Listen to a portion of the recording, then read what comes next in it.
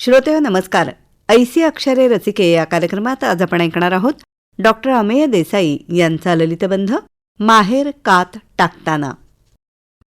जी माणसं मुंबईत लहानाची मोठी झाली त्यांना गिरगाव माहीत नाही असं सहसा होत नाही.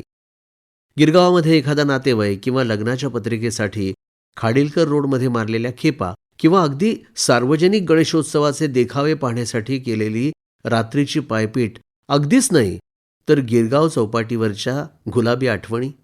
गिरगावात राहत नसलेल्या मुंबईकरांच्या आयुष्यात या चारपैकी एक गोष्ट केव्हा ना केव्हा तरी घडलेली असतेच. आणि मग येतात माझ्यासारखे सुखी मुंबईकर ज्यांचं एक घर छोटं का असेना पण गिरगावात असतं. मला त्या घराला छोटं म्हणायला अजिबात आवडत नाही. माझा आणि माझ्या परिवारातल्या प्रत्येकाचा देह रात्री झोपताना माऊन उलट जागा उरेल इतकी जागा तिथं आहे. पण उगाच माझं गिरगावात घर आहे म्हणजे मी श्रीमंत असा गैरसमज नको म्हणून अगोदरच म्हटलं की घर छोटं आहे. छोटं आहे पण चाळीतलं ते घर मला प्राणाहून प्रिय आहे. असंच परवा ऑपेरा हाऊसवरून गाडी नेत होतो. गिरगावात आमच्या भागात प्रचंड कायापालट होतोय, मुख्यतः मेट्रोमुळे आणि बऱ्याच अंशी चाळींच्या पुनर्विकासामुळे. तो केव्हा ना केव्हा तरी व्हायचाच होता म्हणा, गरजेचाही होता आपल्या सर्वांचीच जीवनशैली पाहता. आमच्या लहानपणी अनेक बिऱ्हाडं प्रायव्हसी मिळत नाही म्हणून उपनगरात स्थलांतरित झाली. कारण गिरगावामध्ये आम्हीसुद्धा 95च्या वर्षात स्थलांतरित झालो. पण आमचा प्रायव्हसी हा विषय नव्हता.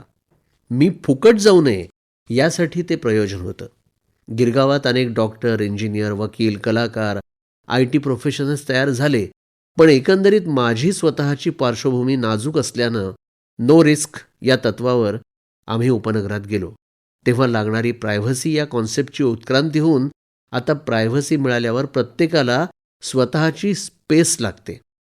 दार सताड उघडं ठेवून जमिनीवर जेवायला बसणाऱ्या आणि मध्येच कोणी बोलवायला आलं तर ये बस रे झालं की जाऊ असं म्हणणाऱ्या माझ्यासारख्याला हे सारं जरा अवघडच आहे.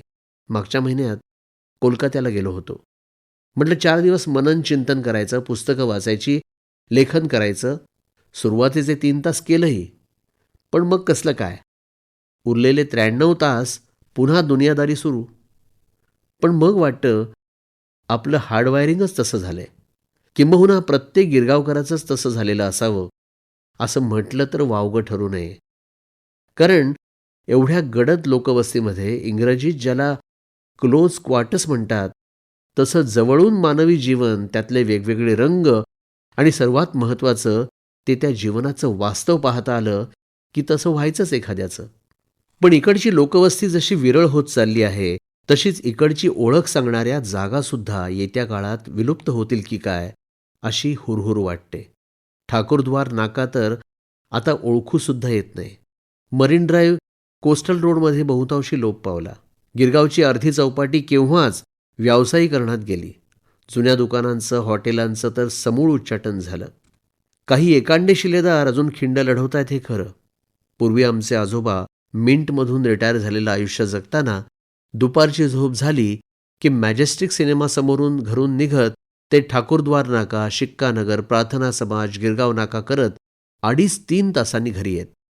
त्यांची चाल तशी मंदगतीची होती म्हणा, पण केव्हा केव्हा वाटतं गिरगावचा चेहरासुद्धा असाच मंदगतीनं बदलला असता तर किती छान झालं असतं. माहेर कात टाकताना डॉक्टर अमेय देसाई यांचा ललितबंध आत्ताच आपण ऐकलात ऐसी अक्षरे रसिके या कार्यक्रमात. वाचक स्वरोता दिनेश अडावतकर यांचा, निर्मितीचा रत्ना मगरे आणि सादरकर्त्या नेहा खरे. पुन्हा भेटूया उद्याच्या भागात. नमस्कार.